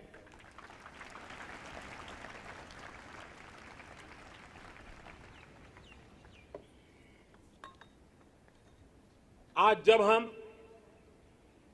हमारे मैन्युफैक्चरिंग सेक्टर को गति मिल रही है, तो हमें ये ध्यान रखना है कि हम भारत में जो बनाएं, उसे हमें बेस्ट क्वालिटी के साथ ग्लोबल कंपटीशन में टिके और हो सके तो एक कदम आगे बढ़ें, ये तैयारी करनी है और ग्लोबल मार्केट को हमने टारगेट करना है। देश के सभी मैन्युफैक्चरर्स को मैं आग्रहपूर्वक कहना चाहूंगा, हमारे मैन्युफैक्चरर्स को इस बात को कभी नहीं भूलना होगा कि आप जो प्रोडक्ट बाहर बेचते हैं, वो सिर्फ आपकी कंपनी के द्वारा बनाया हुआ सिर्फ एक पुर्जा नहीं है, एक प्रोडक्ट नहीं है। उसके साथ भारत की पहचान जुड़ी होती है, भारत की प्रतिष्ठा जुड़ी होती है, भारत के कोटि कोटि लोगों का विश्वास जुड़ा होता है। मेरे प्यारे देशवासियों, मैं इसलिए मैन्युफैक्चरर्स को कहता हूं, आपका हर एक प्रोडक्ट भारत का ब्रांड एम्बेसडर है। जब तक वो प्रोडक्ट इस्तेमाल में ले आया जाता रहेगा, उसे खरीदने वाला कहेगा, बड़े गर्व से कहेगा, सीना तान करके कहेगा, हाँ ये मेड इन इंडिया है। ये मिजाज चाहिए। अब आपके मन में दुनिया के मार्केट में छा जाने का सपना होना चाहिए। इस सपने को पूरा करने के लिए सरकार हर तरह से आपके साथ खड़ी है। मेरे प्यारे देशवासियों, आज देश के अलग अलग सेक्टर्स और देश के छोटे शहरों में भी टियर 2, टियर 3 सिटीज में भी नए नए स्टार्टअप बन रहे हैं। उनकी भारतीय प्रोडक्ट्स को अंतर्राष्ट्रीय बाजार में जाने में बड़ी भूमिका भी है। सरकार अपने इन स्टार्टअप्स के साथ पूरी ताकत के साथ खड़ी है। उन्हें आर्थिक मदद देना हो, टैक्स में छूट देना हो, उनके लिए नियमों को सरल बनाना हो, सब कुछ किया जा रहा है। हमने देखा है कोरोना के इस कठिन काल में ही हजारों नए स्टार्टअप्स उभर करके आए हैं। बड़ी सफलता से वे आगे बढ़ रहे हैं। कल के स्टार्टअप आज के यूनिकॉर्न बन रहे हैं। इनकी मार्केट वैल्यू हजारों करोड़ रुपए तक पहुंच रही है। ये देश में नए प्रकार के वेल्थ क्रिएटर्स हैं। ये अपने यूनिक आइडियाज की शक्ति से अपने पैरों पर खड़े हो रहे हैं, आगे बढ़ रहे हैं और दुनिया को छा जाने का सपना लेकर के चल रहे हैं। इस दशक में भारत के स्टार्टअप इकोसिस्टम, इसको हम पूरी दुनिया में सर्वश्रेष्ठ बनाएं। हमें इस दिशा में काम करना है, हमें रुकना नहीं है। मेरे प्यारे देशवासियों, बड़े परिवर्तन लाने के लिए, बड़े रिफॉर्म के लिए राजनीतिक इच्छा शक्ति, पॉलिटिकल विल की जरूरत होती है। आज दुनिया देख रही है कि भारत में राजनीतिक इच्छा शक्ति की कोई कमी नहीं है। रिफॉर्म्स को लागू करने के लिए गुड और स्मार्ट गवर्नेंस चाहिए।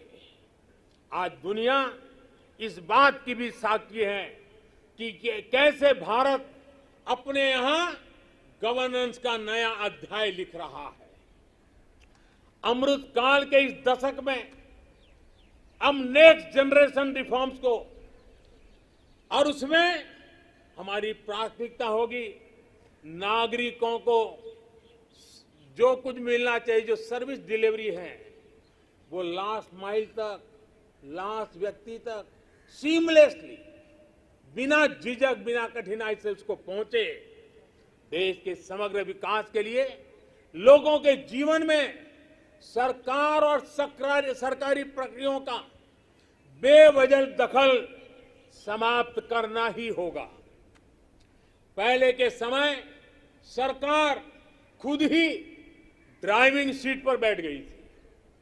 ये उस समय की शायद मांग रही होगी, लेकिन अब समय बदल चुका है। बीते 7 वर्षों में देश में इसके लिए प्रयास भी बढ़ा है कि देश के लोगों को अनावश्यक कानूनों के जाल, अनावश्यक प्रक्रियाओं के जाल से मुक्ति दिलाए जाए। अब तक देश के सैकड़ों पुराने कानूनों को समाप्त किया जा चुका है। कोरोना के इस कालखंड में भी सरकार ने 15,000 से ज्यादा कंप्लायंसेस को समाप्त किया है। अब आप देखिए, आपको भी अनुभव होगा, कोई एक छोटा सरकारी काम हो, ढेर सारे कागज, बार बार कागज, एक ही जानकारी अनेक बार, यही चलता रहा है। 15,000 कंप्लायंसेस को हमने खत्म किया है। आप सोचिए, 200 साल पहले, एक उदाहरण मैं देना चाहता हूं, 200 साल पहले हमारे यहां एक कानून चला आ रहा है। 200 साल यानी 1857 से भी पहले से, जिसकी वजह से देश के नागरिक को मैपिंग यानी नक्शा बनाने की स्वतंत्रता नहीं थी। अब विचार कीजिए, 1857 से चल रहा है। नक्शा बनाना है तो सरकार को पूछिए, नक्शा किसी किताब में छापना है तो सरकार से पूछिए, नक्शा खो जाने पर गिरफ्तारी का भी उसमें प्रावधान है। आजकल हर फोन में मैप का ऐप है। सैटेलाइट की इतनी ताकत है कि फिर ऐसे कानूनों का बोझ सिर पर लेकर देश को आगे कैसे बढ़ाएंगे हम। कंप्लायंसेस का ये बोझ उतरना बहुत जरूरी है। मैपिंग की बात हो, स्पेस की बात हो, इंफॉर्मेशन टेक्नोलॉजी की बात हो, बीपीओ की बात हो, जैसे अनेक सेक्टरों में बहुत सारे रेगुलेशंस को हमने समाप्त कर दिया है। मेरे प्यारे देशवासियों, बेवजह कानूनों की जकड़ से मुक्ति, ईज ऑफ लिविंग, साथ साथ ईज ऑफ डूइंग बिजनेस, दोनों के लिए बहुत ही जरूरी है। हमारे देश के उद्योग और व्यापार आज इस बदलाव को महसूस कर रहे हैं। आज दर्जनों श्रम कानून सिर्फ 4 कोड में समा चुके हैं। टैक्स से जुड़ी व्यवस्थाओं को भी अब आसान और फेसलेस किया गया है। इस तरह के रिफॉर्म सिर्फ सरकार तक सीमित ना रहे, बल्कि ग्राम पंचायत और नगर निगमों, नगर पालिकाओं तक पहुंचे। इस पर देश की हर व्यवस्था को मिलकर के काम करना होगा। मैं जो आह्वान कर रहा हूं और बड़े आग्रह से कर रहा हूं, केंद्र हो या राज्य, सभी के विभागों से मैं कह रहा हूं, सभी सरकारी कार्यालयों से कह रहा हूं, अपने यहां नियमों प्रक्रियाओं की समीक्षा का अभियान चलाइए। हर वो नियम, हर वो प्रक्रिया जो देश के लोगों के सामने बाधा बनकर, बोझ बनकर खड़ी हुई है, उसे हमें दूर करना ही होगा। मुझे पता है जो ये 70-75 साल में जमा हुआ है वो एक दिन में या एक साल में नहीं जाएगा, लेकिन मन बनाकर काम शुरू करेंगे तो हम ऐसा जरूर कर पाएंगे। मेरे प्यारे देशवासियों, इसी सोच के साथ सरकार ने ब्यूरोक्रेसी में पीपल सेंट्रिक अप्रोच बढ़ाने, एफिशिएंसी बढ़ाने के लिए सरकार ने मिशन कर्मयोगी और कैपेसिटी बिल्डिंग कमीशन की शुरुआत भी की है। मेरे प्यारे देशवासियों, कौशल और सामर्थ्य से भरे, अपनी मिट्टी के लिए कुछ कर गुजरने की भावना से भरे नौजवानों को तैयार करने में बड़ी भूमिका होती है। किसकी होती है? बड़ी भूमिका होती है हमारी शिक्षा की, हमारी शिक्षा व्यवस्था की, हमारी शिक्षा परंपरा की। आज देश के पास 21वीं सदी की जरूरतों को पूरा करने वाली नई राष्ट्रीय शिक्षा नीति भी है। अब हमारे बच्चे ना कौशल की कमी के कारण रुकेंगे और ना ही भाषा की सीमा में बंधेगी। दुर्भाग्य से हमारे देश में भाषा को लेकर एक बड़ा विभाजन पैदा हो गया है। भाषा की वजह से हमने देश के बहुत बड़े टैलेंट को पिंजरे में बांध दिया है। मातृभाषा में होनहार लोग मिल सकते हैं। मातृभाषा में पढ़े हुए लोग आगे आएंगे तो उनका आत्मविश्वास और बढ़ेगा। जब गरीब की बेटी, गरीब का बेटा मातृभाषा में पढ़कर प्रोफेशनल बनेंगे तो उनके सामर्थ्य के साथ न्याय होगा। नई राष्ट्रीय शिक्षा नीति में गरीबी के खिलाफ लड़ाई का साधन भाषा है, ऐसा मैं मानता हूं। ये नई राष्ट्रीय शिक्षा नीति भी एक प्रकार से गरीबी के खिलाफ लड़ाई का एक बहुत बड़ा शस्त्र बनकर के काम आने वाला है। गरीबी से जंग जीतने का आधार भी मातृभाषा की शिक्षा है, मातृभाषा की प्रतिष्ठा है, मातृभाषा का महात्म्य है। देश ने देखा है खेल के मैदान में, और हम अनुभव कर रहे हैं, खेल के मैदान में भाषा रुकावट नहीं बनी, और उसका परिणाम देखा है कि युवा हमारे खिलने लगे हैं, खेल भी रहे हैं, खिल भी रहे हैं। अब ऐसा ही जीवन के अन्य मैदानों में भी होगा। नई राष्ट्रीय शिक्षा नीति, उसकी एक और विशेष बात है, इसमें स्पोर्ट्स को एक्स्ट्रा करिकुलर के जगह मेन स्ट्रीम पढ़ाई का हिस्सा बनाया गया है। जीवन को आगे बढ़ाने में जो भी प्रभावी माध्यम है, उनमें एक स्पोर्ट्स भी है। जीवन में संपूर्णता के लिए जीवन में खेलकूद होना, स्पोर्ट्स होना बहुत आवश्यक है। एक समय था जब खेलकूद की मुख्य धारा नहीं समझा जाता था। मां बाप भी बच्चों से कहते थे कि खेलते ही रहोगे तो जीवन बर्बाद कर लोगे। अब देश में फिटनेस को लेकर, स्पोर्ट्स को लेकर एक जागरूकता आई है। इस बार ओलंपिक में भी हमने देखा है, हमने अनुभव किया है, ये बदलाव हमारे देश के लिए एक बहुत बड़ा टर्निंग पॉइंट है। इसलिए आज देश में खेलों में टैलेंट, टेक्नोलॉजी और प्रोफेशनलिज्म लाने के जो अभियान चल रहा है, इस दशक में हमें उसे और तेज करना है और व्यापक करना है। ये देश के लिए गौरव की बात है कि शिक्षा हो या खेल, बोर्ड्स के नतीजे हो या ओलंपिक का मैदान, हमारी बेटियां आज अभूतपूर्व प्रदर्शन कर रही है। आज भारत की बेटियां अपना स्पेस लेने के लिए आतुर है। हमें यह सुनिश्चित करना है कि हर कैरियर और कार्य क्षेत्र में महिलाओं की समान सहभागिता हो।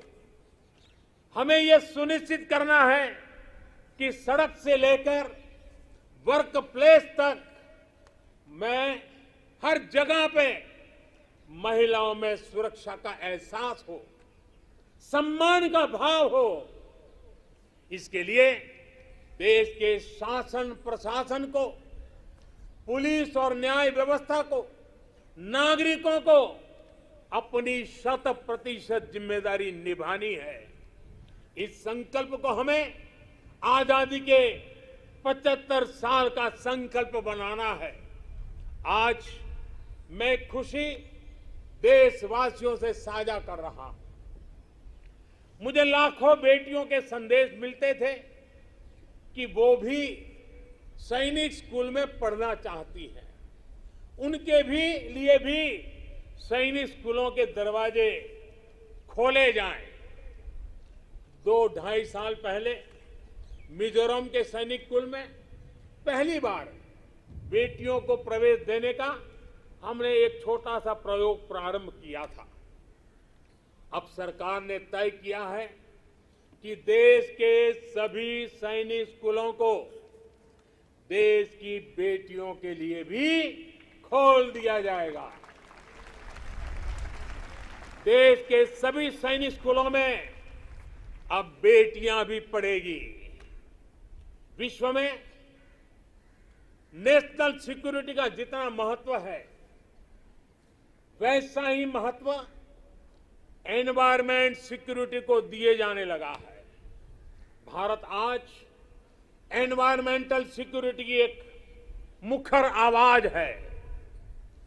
आज बायोडायवर्सिटी हो या लैंड न्यूट्रलिटी, क्लाइमेट चेंज हो या वेस्ट रिसाइकलिंग, ऑर्गेनिक फार्मिंग हो या वेस्ट रिसाइकलिंग, ऑर्गेनिक फार्मिंग हो या गोबरधन से बायोगैस हो और एनर्जी कंजर्वेशन हो या क्लीन एनर्जी ट्रांजिशन, पर्यावरण की दिशा में भारत के प्रयास आज परिणाम दे रहे हैं। भारत ने वन क्षेत्र को या फिर नए नेशनल पार्क की संख्या, बाघों की संख्या और एशियाटिक लायन सभी में वृद्धि हर देशवासी के लिए खुशी की बात है। मेरे प्यारे देशवासियों, भारत की इन सफलताओं के बीच एक और सच को भी हमें समझना होगा। भारत आज एनर्जी इंडिपेंडेंट नहीं है।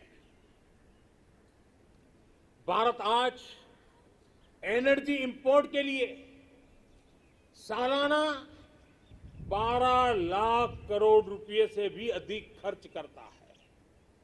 भारत की प्रगति के लिए, आत्मनिर्भर भारत बनाने के लिए भारत का एनर्जी इंडिपेंडेंट होना समय की मांग है, अनिवार्य है। इसलिए आज भारत को यह संकल्प लेना होगा कि हम आजादी के 100 साल होने से पहले भारत को एनर्जी इंडिपेंडेंट बनाएंगे।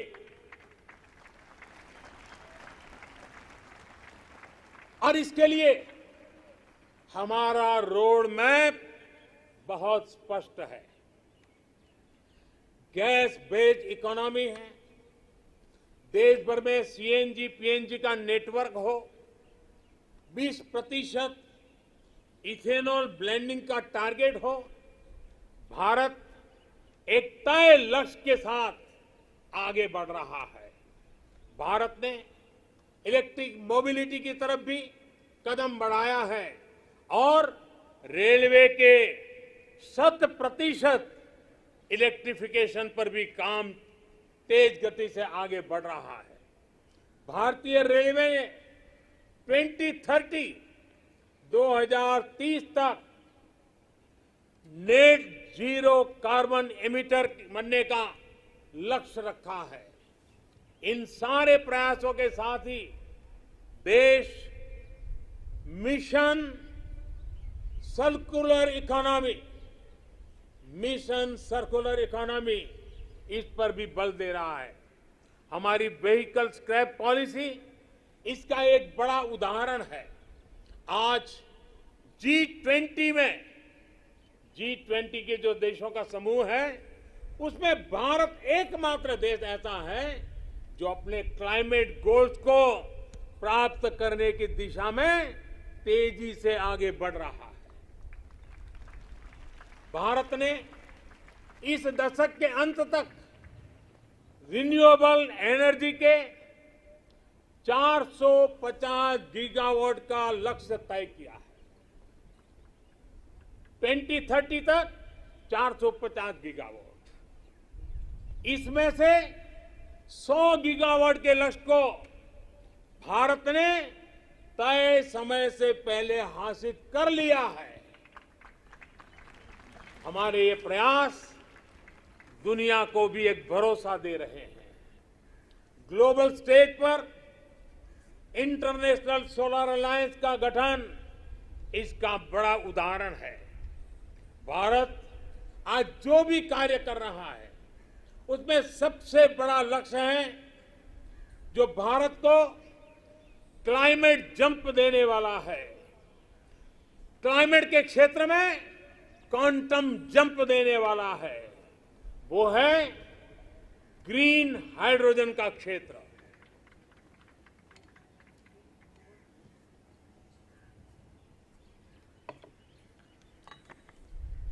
ग्रीन हाइड्रोजन के क्षेत्र के लक्ष्य की प्राप्ति के लिए मैं आज इस तिरंगे की साक्षी में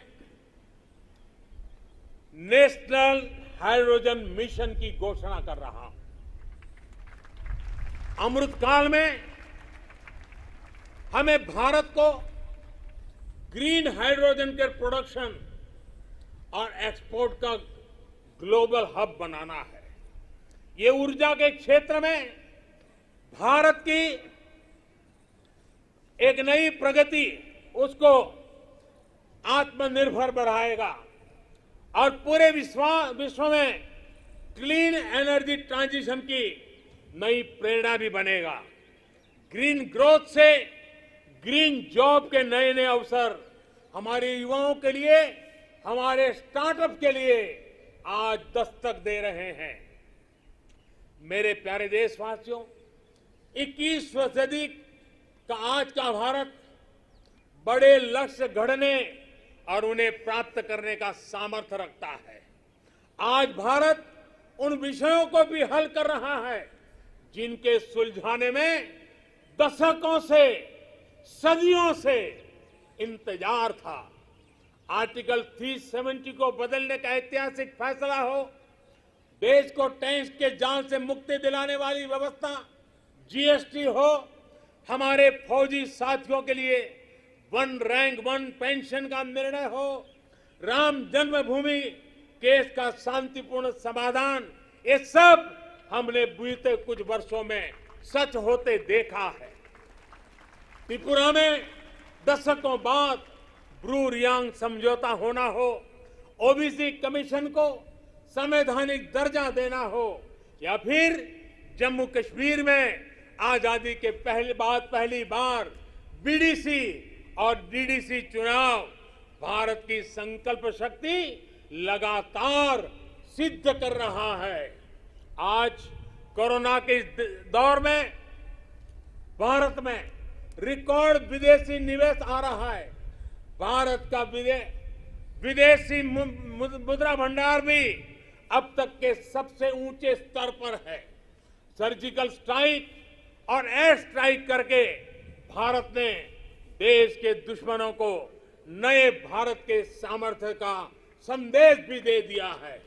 ये बताता है कि भारत बदल रहा है, भारत बदल सकता है। भारत कठिन से कठिन फैसले भी ले सकता है और कड़े से कड़े फैसले लेने में भी भारत झिझकता नहीं है, रुकता नहीं है। मेरे प्यारे देशवासियों, सेकंड वर्ल्ड वॉर के बाद, द्वितीय विश्व युद्ध के बाद वैश्विक संबंधों का स्वरूप बदल गया। कोरोना के बाद भी पोस्ट कोरोना नए वर्ल्ड ऑर्डर की संभावना है। कोरोना के दौरान दुनिया ने भारत के प्रयासों को देखा भी है और सराहा भी है। आज दुनिया भारत को एक नई दृष्टि से देख रही है। इस दृष्टि के दो महत्वपूर्ण पहलू हैं, एक आतंकवाद और दूसरा विस्तारवाद। भारत इन दोनों ही चुनौतियों से लड़ रहा है और सधे हुए तरीके से बड़ी हिम्मत के साथ जवाब भी दे रहा है। हम भारत अपने दायित्वों को सही तरीके से निभा पाए, इसके लिए हमारी रक्षा तैयारों को भी उतना ही सदृढ़ रहना होगा। रक्षा के क्षेत्र में देश को आत्मनिर्भर बनाने, भारत की कंपनियों को प्रोत्साहित करने के लिए, हमारे मेहनती उद्यमियों को नए अवसर उपलब्ध कराने के लिए हमारे प्रयास निरंतर जारी हैं। मैं देश को विश्वास दिलाता हूं कि देश की रक्षा में लगी हमारी सेनाओं के हाथ मजबूत करने के लिए हम कोई कसर नहीं छोड़ेंगे। मेरे प्यारे देशवासियों, आज देश के महान विचारक श्री अरबिंदो की जन्म जयंती भी है। साल 2022 में उनका 150वां जन्म जयंती का पर्व है। श्री अरबिंदो भारत के उज्जवल भविष्य के स्वप्न दृष्टा थे। वो कहते थे कि हमें उतना सामर्थ्यवान बनना होगा जितना हम पहले कभी नहीं थे। हमें अपनी आदतें बदलनी होगी, एक नए हृदय के साथ अपने को फिर से जागृत करना होगा। श्री अरबिंदो की ये बातें हमें अपने कर्तव्यों का ध्यान दिलाती है। एक नागरिक के तौर पर, एक समाज के तौर पर हम देश को क्या दे रहे हैं, ये भी हमें सोचना होगा। हमने अधिकारों को हमेशा महत्व दिया है। उस कालखंड में उसकी जरूरत भी रही है, लेकिन अब हमें कर्तव्यों को सर्वोपरि बनाना है, सर्वोपरि रखना है। जिन संकल्पों का बीड़ा आज देश ने उठाया है, उन्हें पूरा करने के लिए हर जन को जुड़ना होगा, हर देशवासी को इसे ओन करना होगा। देश के जल संरक्षण का अभियान शुरू किया है तो हमारा कर्तव्य है पानी बचाने को अपनी आदत से जोड़ना। देश अगर डिजिटल लेन देन पर बल दे रहा है तो हमारा भी कर्तव्य है कि हम भी कम से कम कैश वाला ट्रांजैक्शन करना। देश ने लोकल फॉर वोकल का अभियान शुरू किया है तो हमारा कर्तव्य है कि ज्यादा से ज्यादा स्थानीय उत्पादों को खरीदे। देश के प्लास्टिक मुक्त भारत की जो हमारी कल्पना है, हमारा कर्तव्य है कि सिंगल यूज प्लास्टिक को इस्तेमाल पूरी तरह हमें रोकना होगा। ये हमारे ही कर्तव्य है कि हम अपनी नदियों में गंदगी न डालें, अपने समंदर के किनारों को स्वच्छ रखें। हमें स्वच्छ भारत मिशन को भी एक और नए मुकाम तक पहुंचाना है। आज जब देश आजादी के 75 वर्ष के उपलक्ष्य में आजादी का अमृत महोत्सव मना रहा है तो हमें इस आयोजन से जुड़ना भी, उसके में बढ़ चढ़ करके हिस्सा लेना, संकल्पों को बार बार जगाते रहना, ये हम सबका कर्तव्य है।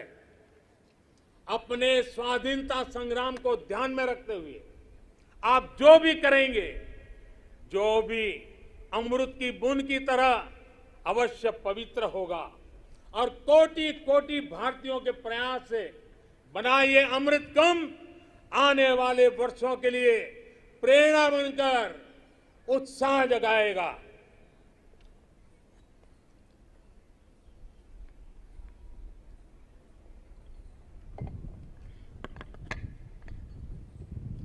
मेरे प्यारे देशवासियों, मैं भविष्य दृष्टा नहीं हूं, मैं कर्म के फल पर विश्वास करता हूं।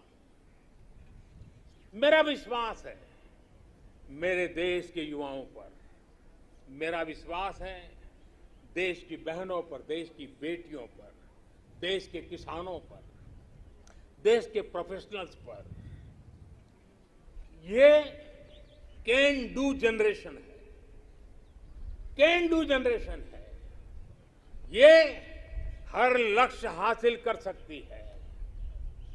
मुझे विश्वास है कि जब 2047 आजादी का स्वर्णिम उत्सव, आजादी के 100 साल होंगे, जो भी प्रधानमंत्री होगा, आज से 25 साल के बाद जो भी प्रधानमंत्री होंगे, वो जब झंडारोहण करते होंगे तो मैं आज विश्वास से कहता हूं, वो अपने भाषण में जिन सिद्धियों का वर्णन करेंगे, वो सिद्धियां वही होगी जो आज देश संकल्प कर रहा है। ये मेरा विजय का विश्वास है।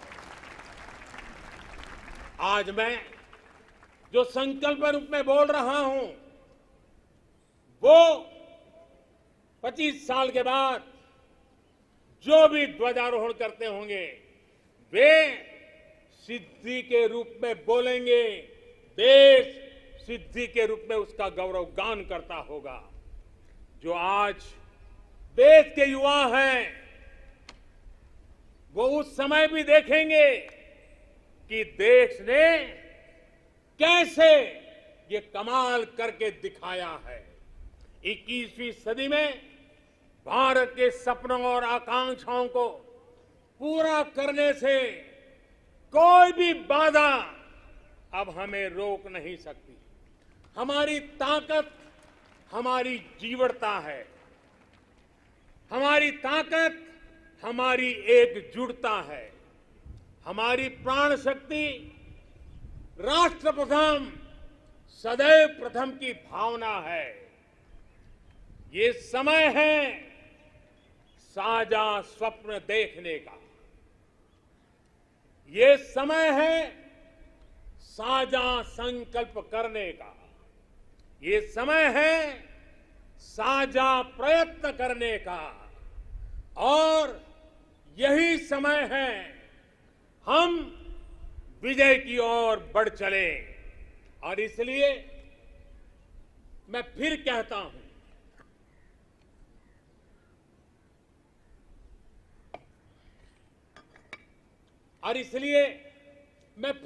हूं, यही समय है, यही समय है, सही समय है, भारत का अनमोल समय है। यही समय है, सही समय है, भारत का अनमोल समय है। असंख्य भुजाओं की शक्ति है, असंख्य भुजाओं की शक्ति है। हर तरफ देश की भक्ति है, असंख्य भुजाओं की शक्ति है, हर तरफ देश की भक्ति है। तुम उठो तिरंगा लहरा दो, तुम उठो तिरंगा लहरा दो, भारत के भाग्य को फहरा दो, भारत के भाग्य को फहरा दो। यही समय है, सही समय है, भारत का अनमोल समय है। कुछ ऐसा नहीं, कुछ ऐसा नहीं जो कर न सको, कुछ ऐसा नहीं जो पा न सको। तुम उड़ जाओ, तुम उड़ जाओ, तुम जुट जाओ। सामर्थ्य को अपने पहचानो, सामर्थ्य को अपने पहचानो, कर्तव्य को अपने सब जानो, कर्तव्य को अपने सब जानो। यही समय है, सही समय है, भारत का अनमोल समय है।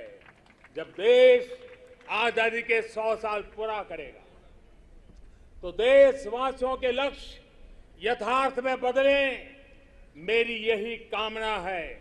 इन्हीं शुभकामनाओं के साथ सभी देशवासियों को 75वें स्वतंत्रता दिवस की मैं फिर एक बार बधाई देता हूं। और मेरे साथ हाथ ऊपर करके बोलेंगे, जय हिंद, जय हिंद, जय हिंद, वंदे वंदे वंदे, भारत माता की, भारत माता की, भारत माता की। बहुत बहुत धन्यवाद।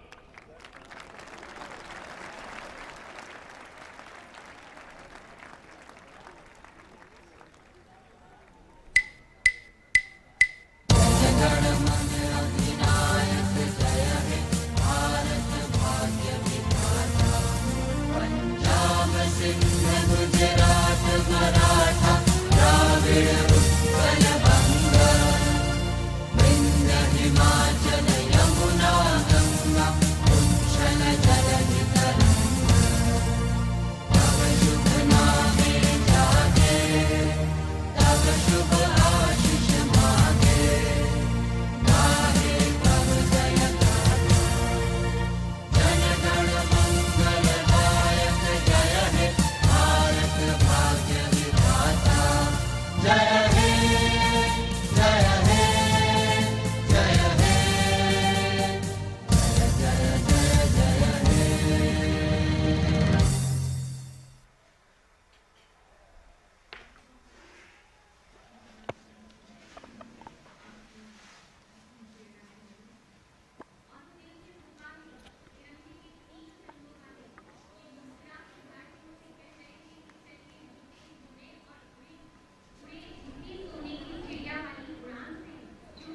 Prime Minister Narendra Modi concluding his address to the nation.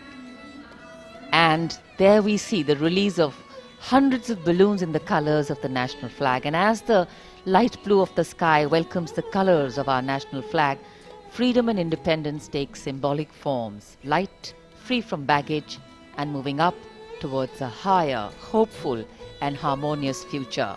The balloons as if carrying with them the vision and aspirations of more than 1.3 billion Indians. हमारी आजादी का ऐतिहासिक पड़ाव और आकाश तिरंगों के रंगों से रंगा हुआ, और इधर लाल किले की प्राचीर से प्रस्थान हो रहा है माननीय प्रधानमंत्री का ध्वजारोहण, और उसके बाद प्रधानमंत्री का राष्ट्र को संबोधन, अभिवादन का आदान प्रदान।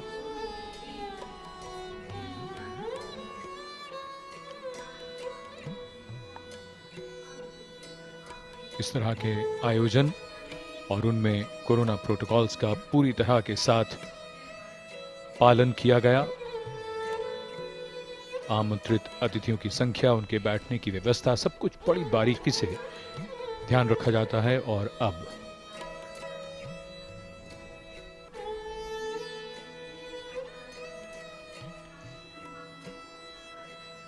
सावन महीने की तेज धूप वाली सुबह, आकाश बिल्कुल साफ और धूप तेज है, सूर्य का प्रकाश अपने पूरे तेज के साथ।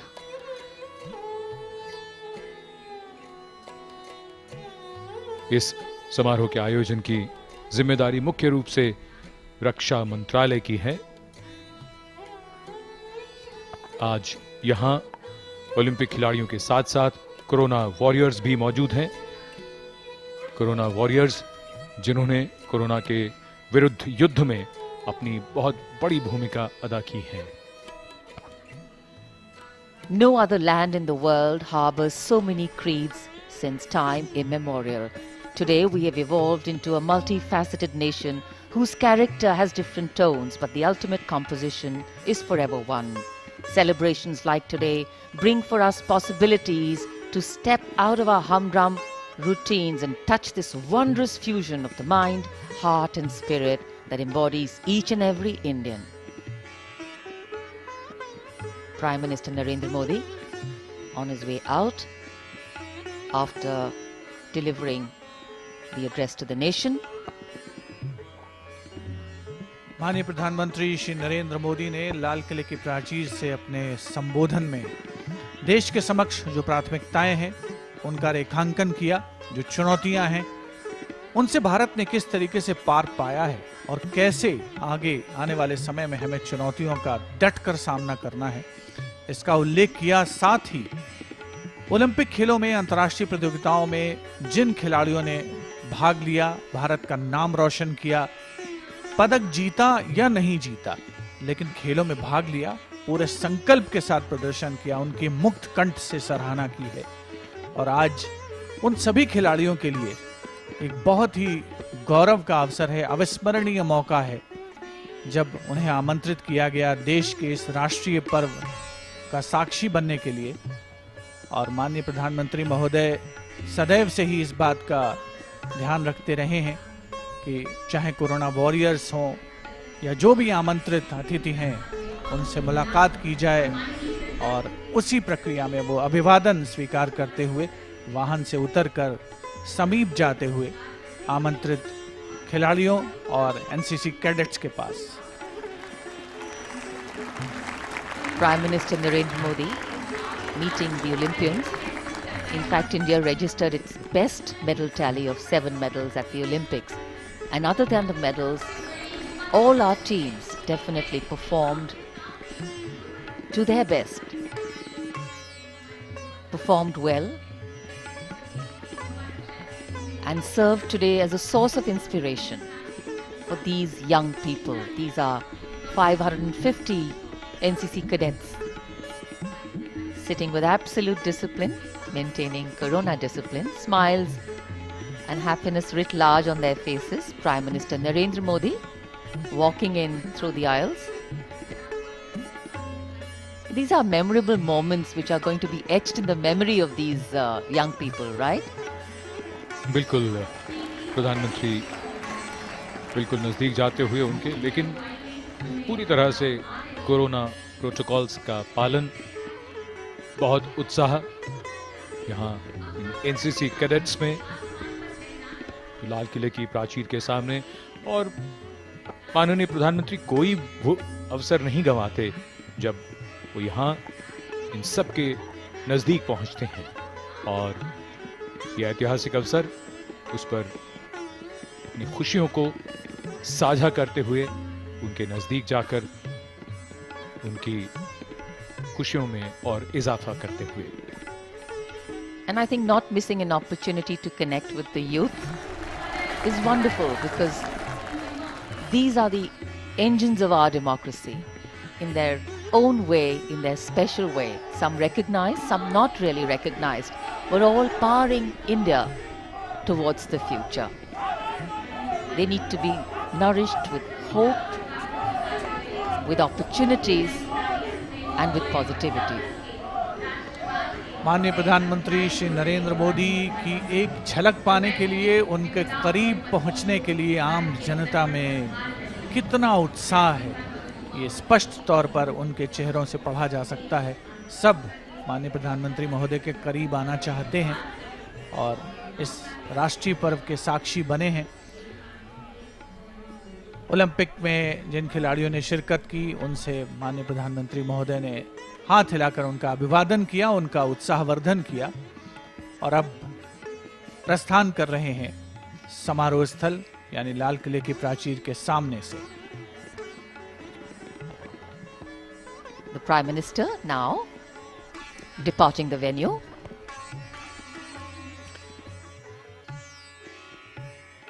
ओलंपिक खिलाड़ी, वो चेहरे, वो नाम जो अब सब जानते हैं, देश का गौरव हैं। और अब माननीय प्रधानमंत्री प्रस्थान कर रहे हैं लाल किले से। हर्ष का नव उत्कर्ष, आजादी के 74 वर्ष, आजादी के अमृत महोत्सव को एक यादगार अवसर बनाते हुए देश के कोने कोने से भारतवासियों ने राष्ट्रगान में अपनी आवाज मिलाई है। राष्ट्र की भावनाएं राष्ट्रगान के माध्यम से पूरा Bharat. Subscribe to our channel by clicking the subscribe button. Click the bell button and enjoy the latest uploads from our channel.